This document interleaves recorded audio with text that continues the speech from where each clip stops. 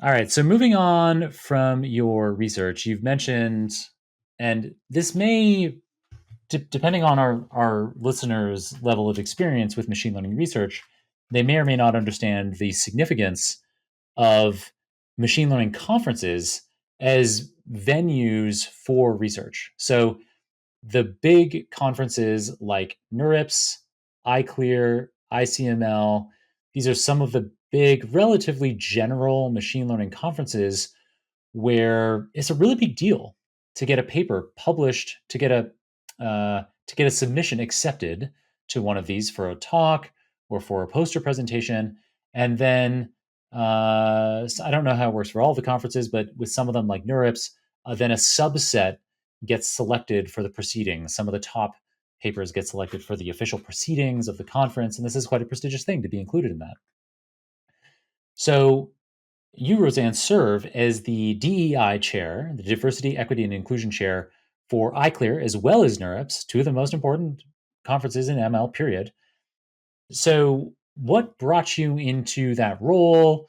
And you talked about actually going way back to talking about the ML Collective.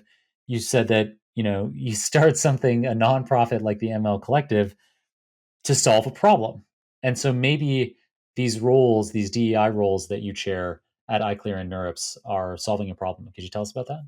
Yeah. So first of all, I want to say that I think a lot of people don't are not aware that a lot of research is about serving a community. Of course, from an outsider, research means publishing papers, get your paper published, get your name out there, giving talks. But one of the things that drew me into research is that research is a whole thing. It's a community building. Like who's actually organizing those conferences? Remained a question to me until much later. Realized, oh, it's actually just common people like me, like everyone. There's no like official conference organizer there to help you get things started. It's all just every individual researchers like us serving different roles in a conference and get a conference together because people love meeting up and sharing their work. And still to this day, I think ML conferences are the few highlights in the year that people really have fun, get together. There's so many people friends in SF that I don't see them every day at all. And then I only see them at conferences. We all fly to a different location rather than SF, even though we live in the same city. We only see each other at conferences because that's when people have the right mindset and time to share about their research. So a lot of like getting involved in research is more than publishing papers or running experiments. It's about getting those things organized.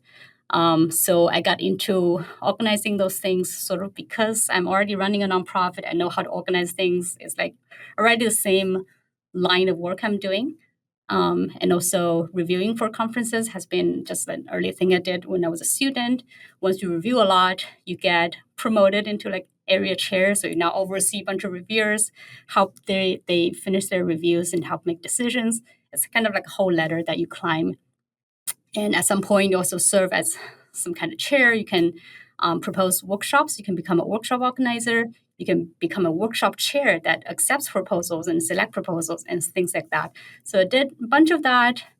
And then I think I got my name out as this DEI person, which these days have kind of a bad rap in the Bay Area, at least. But because of the ML Collective work and because of, I think, a talk that I gave that went kind of popular, where I talked about how underrepresented people in the community is really suffering. You don't, I don't know, like a lot of the hot areas in even in machine learning research are still dominated by the same kind of people. I'm not even talking about race or gender. It's like the people that have the same backgrounds. Like they're going through the same trainings. And when you ask them, they always talk about, oh yeah, I started playing games when I was like 3 years old. They all have the same life story. And so underrepresented people don't feel like they are part of the community. So I did 3 years of iClear, did NeurIPS last year. It's very hard to define what DEI chair means for conferences. As my co-chair last year, Erin Grant, brilliantly put it. She's like, DEI is just anything that's not set in place right now. Anything that the conference has not covered is a DEI's work. So people would write in complaints about why is all the speakers of the same race? And we'll have to address that. We'll have to talk to the people who invited the speakers. So we're just there to solve problems and answer emails.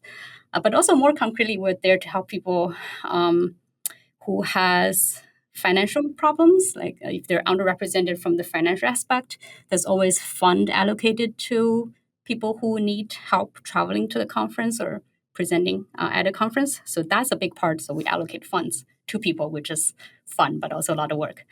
And visa problems, although we can't really help anything other than writing an official letter and telling them that they are speaking at this conference, please border people, let them in.